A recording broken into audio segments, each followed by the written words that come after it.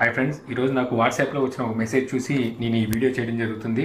నాకు వాట్సాప్లో వచ్చిన మెసేజ్ ఏంటంటే, వాట్సాప్ అనేది యూజ్ చేయమాకండి, వాట్సాప్ అనేది చైనాది. సో అందుకని చెప్పి మన ఇండియాది టెలిగ్రామ్ ఉంది, సో టెలిగ్రామ్ని యూజ్ చేయండి అని చెప్పేసి వాట్సాప్లో నాకు మెసేజ్ వచ్చింది.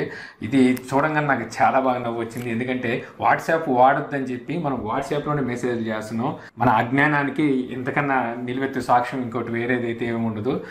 ఇదే ఒక అజ్ఞానం అనుకుంటే ఇంతకన్నా పెద్ద అజ్ఞానం ఏంటంటే వాట్సాప్ చైనాదని చెప్పుకోవడం. హాయ్ వ్యూవర్స్, నా పేరు నాని ప్రభాకర్, మీరు చూస్తున్నారు టెక్ లాజిక్ ఛానల్.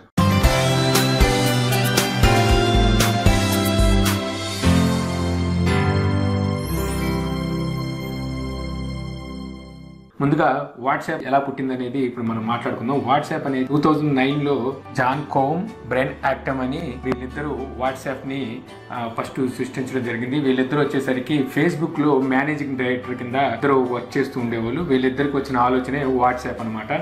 సో ఈ వాట్సాప్ అనేది ఫస్ట్ వచ్చినప్పుడు iOS డివైస్ అంటే యాపిల్లోనే రావడం జరిగింది. అప్పుడు వాట్సాప్ని 50 రూపీస్, మన ఇండియాకి వచ్చేసరికి 50 రూపీస్ 200 రూపీస్ పెట్టి అది యాప్ స్టోర్లో కూడా అమ్మడం జరిగింది. తర్వాత ఆండ్రాయిడ్కి, విండోస్కి అన్నిటికి వచ్చేసరికి అది ఫ్రీ అయిపోవడం జరిగింది. ఆ తర్వాత 2014లో ఫేస్బుక్ వాళ్ళు వాట్సాప్ని కొనుక్కోవడం జరిగింది అనమాట. ఎప్పుడు ఆ వాట్సాప్ అనేది యుఎస్కి సంబంధించింది, ఇది చైనాది కానే కాదు. చాలా మంది చైనాది, సో చైనా వాళ్ళు పాకిస్తాన్ వాళ్ళకి సపోర్ట్ చేస్తున్నారు కాబట్టి చైనా ఈ ప్రోడక్ట్స్ ఆపేయండి, అలాగే చైనాకి సంబంధించిన వాట్సాప్ను కూడా ఆపేసి టెలిగ్రామ్లోకి వెళ్ళండి అని చెప్పి చెప్తూ జరుగుతుంది. సో అదంతా ఉత్తినే, ఇది యుఎస్కి సంబంధించింది, చైనాది కానే కాదు. టెలిగ్రామ్ అనేది ఇండియాది కాదు, టెలిగ్రామ్ కూడా రష్యన్ దేశానికి చెందింది. సో అది ఇండియాది కానే కాదు. సో అందుకని చెప్పి మీరు గమనించగలరు. నాకు వాట్సాప్ కన్నా టెలిగ్రామ్ అంటే ఎక్కువ ఇష్టం. ఎందుకంటే టెలిగ్రామ్ లో మొబైల్స్ తో పాటు సిస్టమ్ లో కూడా యూజ్ చేసుకోవచ్చు. దాంట్లో ట్రాన్సాక్షన్ అంటే మనం డేటా కూడా జీబీలో కూడా మనం సెండ్ చేసుకోవచ్చు, అలాగే రిసీవ్ చేసుకోవచ్చు. వాట్సాప్తో కంపేర్ చేసుకుంటే టెలిగ్రామ్లో ఫీచర్స్ చాలా ఎక్కువ ఉన్నాయి. బట్ వాట్సాప్తో కంపేర్ చేసుకుంటే టెలిగ్రామ్లో ప్రైవసీ లెవెల్స్ అనేది చాలా తక్కువ. మనకి ప్రైవసీగా ఉండాలి అనుకుంటే వాట్సాప్ కన్నా బెస్ట్ అయితే ఇంకోటి వేరేదైతే ఏం లేదు. వాట్సాప్ చైనాది కాకపోతే ఏమైంది, అమెరికాది కదా, అమెరికా చైనాకి పాకిస్తాన్కి సపోర్ట్ చేస్తుందిగా, అందుకని అమెరికాది కాబట్టి అయినా వాడటం మానేద్దాం అంటారా? ఓకే, అయితే అలా అయితే ముందు మనం మానాల్సింది వాట్సాప్ని కాదు, ఫేస్బుక్ని. ఎందుకంటే వాట్సాప్ నుంచి వాళ్ళకి వచ్చే ఆదాయం కన్నా కొన్ని వేల రెట్లు ఫేస్బుక్ నుండి వస్తుంటుంది వాళ్ళకి ఆదాయం. సో ముందు ఫేస్బుక్నే మానేద్దాం, ఎందుకంటే యూఎస్ది కాబట్టి. మరి ఫేస్బుక్తో ఎందుకు మానేయడం? మనకు యూఎస్కి సంబంధించినవి కూడా మానేయాలనుకున్నప్పుడు గూగుల్ కూడా వాడడం ఆపేద్దాం. గూగుల్ ఒకటి ఆపేస్తే ఎలాగా? మైక్రోసాఫ్ట్ ఉంది, సో కంప్యూటర్స్ ఉన్నాయి, సో వాటిని కూడా ఆపే మానేయాలి. మరి మైక్రోసాఫ్ట్ ఇవే కాకుండా ఒరాకిల్, తర్వాత జావా, అడోబ్, సో ఇవన్నిటిని ఆపేయాల్సి వస్తుంది. ఎందుకంటే మనం యూఎస్ ప్రోడక్ట్స్ ఆపేయాలి అని మనం అనుకుంటే ఇవన్నిటిని ఆపేయాల్సి వస్తుంది.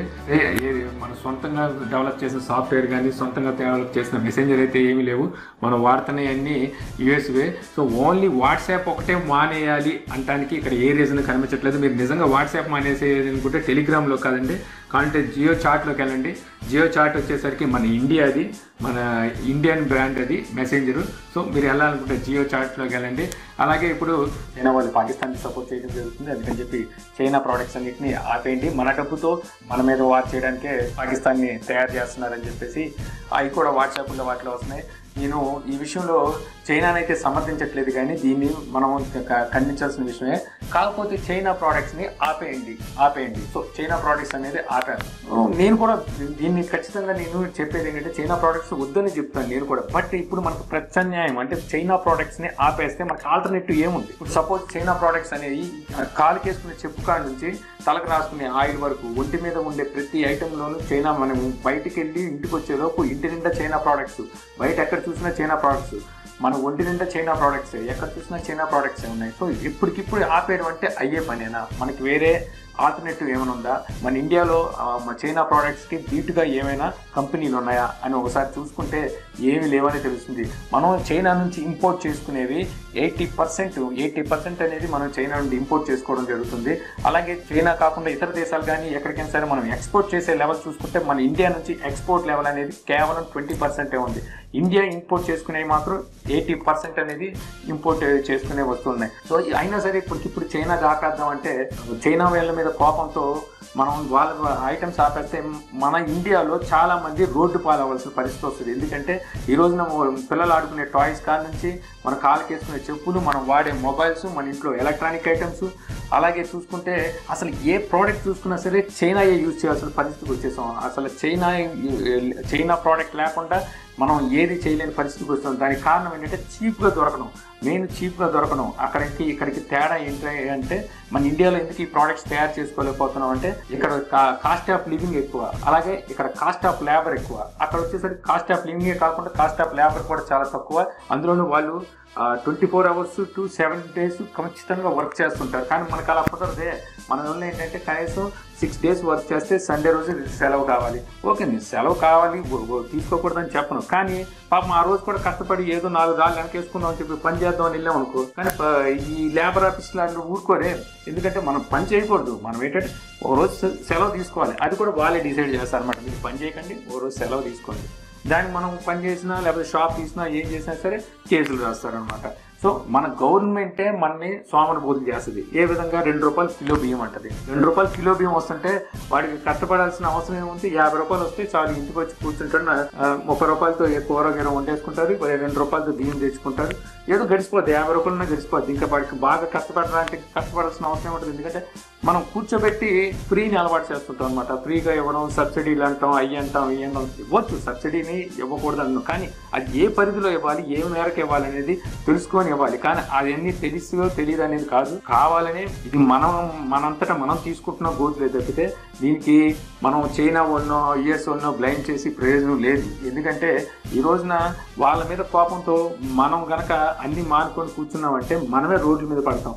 ఆల్రెడీ ఇంపోర్ట్ అయిన వాటి పరిస్థితి ఏంటి? ఆల్రెడీ ఇంపోర్ట్ అయ్యి షాపుల్లో ఉన్న వాటి పరిస్థితి ఏంటి? ఇప్పుడు ఆపేస్తే వీళ్ళందరూ రోడ్లు పాలవలసి వస్తుంది. ఇవన్నీ వాడాలని నేను సమర్థించట్లా, కానీ దీనికి ఒక ఆల్టర్నేటివ్ కావాలి. అంటే ముందు ఇది ఇలాగే ఉంటూనే దీనికి ముందు ఏం చేయాలనేది మన ప్రభుత్వాలు ఆలోచించాలి, మన నాయకులు ఆలోచించాలి. వీళ్ళంతా కలిసి దీన్ని ఎలా చేయాలనేది వీళ్ళు ఆలోచించాలి. ఇప్పుడు ఎలాగైపోయిందంటే మన పరిస్థితి, ఒక భార్యాభర్తలు ఇద్దరు ఉన్నారు. సో వాళ్ళకి ఒక బాబు ఉన్నాడు. సో ఈ భార్యాభర్తలు ఇద్దరు జాబ్కి అని చెప్పి వెళ్ళిపోతూ డైలీ జాబ్కి వెళ్ళిపోయేవాళ్ళు. అందుకని చెప్పి బాబుని చూసుకోవడం ఒక ఆయని పెట్టాడు. ఆయా ఏంటంటే బాబుని చూసుకుంటూ ఉంది. బాబు పెరిగే కొద్దీ ayaనే తన తల్లి అనుకొని అలా పెరగడం మొదలుపెట్టాడు. ఆయా ఏం చేస్తుంది? బాబుని చూసుకున్నందుకేమో ఆయాకి శాలరీ వస్తుంది. ఇది కాక యజమాని ఇంట్లో లేనప్పుడు ఇంట్లో ఉన్న డబ్బులు కానీ లేకపోతే ఏ ఒక వస్తువులు కానీ దుబ్బేయడం చేస్తుంది. ఇది కాక పక్కింటోళ్ళకి యజమాని మీద లేనిపోని మాటలని చెప్తుంది. ఈ విషయం ఒకసారి యజమానికి తెలిసి ఏం చేశాడు? ఆయన తీసేది మళ్ళీ వీళ్ళు యథావిధిగా జాబ్ వెళ్ళిపోతున్నారు. కానీ ఇక్కడ పిల్లోడి పరిస్థితి ఏంటి? ఈ పిల్లోడే మన వ్యాపారస్తులు, వినియోగదారులు అనమాట. సో ఇక్కడ పేరెంట్స్ మన ప్రభుత్వాలు, ఇండస్ట్రియలిస్టులు అయితే ఆయా చైనా అనమాట. పరిస్థితి ఏంటి? మనం అలవాటు పడిపోయాం చైనీస్ ఐటమ్స్కి, మనం అలవాటు పడిపోయాం. ఇప్పటికిప్పుడు ఆపేసేమొద్దాం, ఇప్పటికిప్పుడు చేసేద్దాం అని చెప్తే ప్రయోజనం ఏముంది? ఇప్పటికిప్పుడైతే ప్రత్యేకంగా మన కోసం ఏమి ఆల్టర్నేటివ్ ఏమి రావు కదా. ఆపేయాలంటే ఇప్పుడు ఇంట్లో ఉంటే కింద నుంచి పైదాకా వస్తే ఇంట్లో ప్రతి ఐటమ్ చైనీస్ అయిపోయింది. ఇప్పటికిప్పుడు ఆపేయాలంటే అయ్యే పని కానే కాదు. సో అందుకని చెప్పి మనం ఆల్టర్నేటివ్ అనేది ముందు ఏం చేస్తే బాగుంటుంది అనేది ముందు ఆలోచించి ఆ తర్వాత మెసేజ్లు పాస్ చేసుకోవడం. ఇది నా ఒపీనియన్, ఇది కేవలం నా ఒపీనియన్. ఇలా ఉండాలని నేను అనట్లేదు, బట్ ఇది నా ఒపీనియన్. నేను మాట్లాడే మాటలు తప్పు ఉంటే అందరినీ క్షమాపణ కోరుతున్నాను. నేను కూడా ఇండియనే, నాకు కూడా చైనా వస్తువులు వాడకూడదు, మన ఇండియన్ ప్రోడక్ట్స్ వాడాలని ఉంటుంది. బట్ కాకపోతే లేదు, ప్రస్తుతానికి అలాంటి అవకాశం ఉంటే అందరూ మన ఇండియాయే వాడేవాళ్ళు. కాకపోతే ఆ క్వాలిటీనెస్లో కానీ వాటిలో తయారీలో కానీ ఎక్కడ మనకి ఇండియా ప్రోడక్ట్స్ అనేవి కనబడకుండా పోయినాయి. అందువల్ల మనం చైనాకి కానీ అదర్ బ్రాండ్స్ కానీ బాగా అలవాటు పడిపోయాము. సో నేను చెప్పబోయేది ఏంటంటే ఇప్పటికిప్పుడు అనేది ఏది జరిగేది కాదండి. మనం ముందు నుంచే ఉండాలి. ఇవన్నీ యాక్చువల్గా మన రాజకీయ నాయకులు ఉండాలి. ఒకప్పుడు బ్రిటిష్ వాళ్ళు పాలన జరిగింది, ఇప్పుడేమో చైనా వాళ్ళు పాలిస్తున్నారు. మన రేపొద్దున ఇంకే జపనీస్ కూడా జర్మనీ కూడా మన పాలిస్తాడు. మరి టీషర్ట్ వెళ్తూ చెప్పే వెళ్ళాడు, అరే బాబు మీరు పాలకులుగా పనికిరారా, మీరు బానిసలుగానే పనికి వస్తారని చెప్పి వెళ్ళిపోవడం జరిగింది. మన పరిస్థితి ఇప్పుడు అలాగే ఉంది. మన రాజకీయ నాయకులు కూడా మేము ఇదే కరెక్ట్ అనుకుంటా అని చెప్పేసి మనల్ని బానిసలుగా బతికడానికి అలవాటు చేసి ఈ వీడియో ఇది నా ఒపీనియన్ మాత్రమే. సో దీన్ని ఈ వీడియోతో నేను ఎవరినైనా నొప్పించుంటే దయచేసి క్షమించగలరు. సో ఈ వీడియో కనుక మీకు నచ్చినట్లయితే లైక్ చేసి షేర్ చేయగలరు. అలాగే యూట్యూబ్లో మా ఛానల్ని సబ్స్క్రైబ్ చేయకపోతే కింద సబ్స్క్రైబ్ బటన్ ఉంది, సో దాన్ని క్లిక్ చేసి సబ్స్క్రైబ్ చేయగలరు. మీ సలహాలు సందేహాలు ఏమైనా కింద కామెంట్ బాక్స్లో ఇవ్వగలరు. Thank you for watching. జై హింద్.